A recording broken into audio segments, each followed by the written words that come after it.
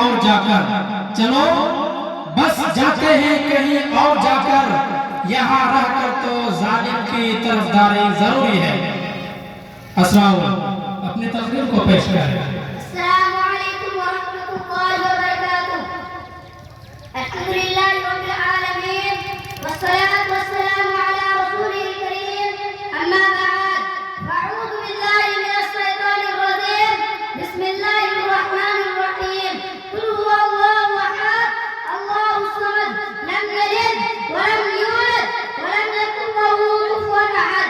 सदर मोहतरम, हकम साहिबान, मुस्लिम इकराम और बेगुजरात से आए हुए मेहमान एज़ाम और मेरे अजीज साथियों, आज के इस सालाना प्रोग्राम में मेरा मौजू है इस्लाम और नमाज। या तो तुम जानते ही हो कि मुसलमान वो है जो इस्लाम को माने, या भी तुम पहले पढ़ चुके हो।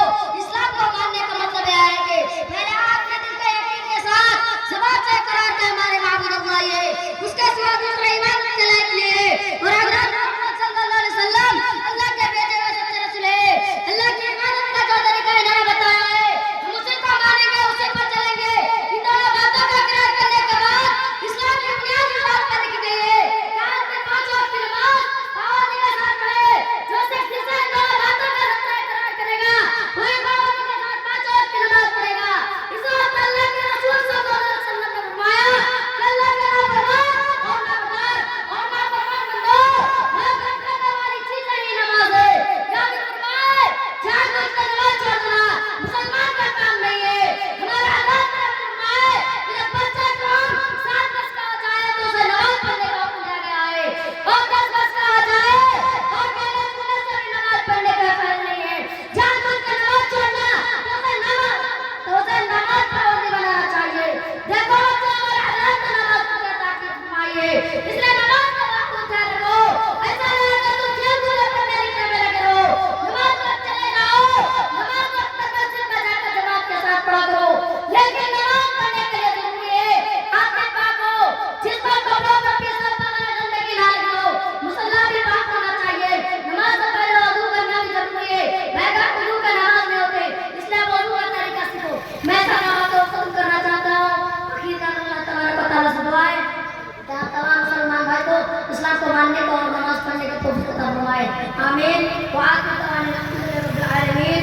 अस्सलामु अलैकुम व रहमतुल्लाहि व बरकातुहू। वालेकुम अस्सलाम व रहमतुल्लाहि व बरकातुहू। ये थे असराउल हक तबारक हुसैन के हैरत हुई गालिब तुम्हें मस्जिद में देखकर, हैरत हुई गालिब तुम्हें मस्जिद में देखकर, ऐसा भी क्या हुआ कि खुदा याद आ गया। कभी आंसू, कभी सजदे, कभी हाथों का उड़ जाना, कभी आंसू, कभी सजदे, कभी हाथों का उड़ जाना। इंसान जब टूट जाता है तब रब बहुत याद आता है। ये था साउल जो नमाज में ताल्लुक से तकरीर पेश कर रहे थे। इसके बाद अजमत हुसैन मोहम्मद नाजिम वाया और तकरीर को पेश करें।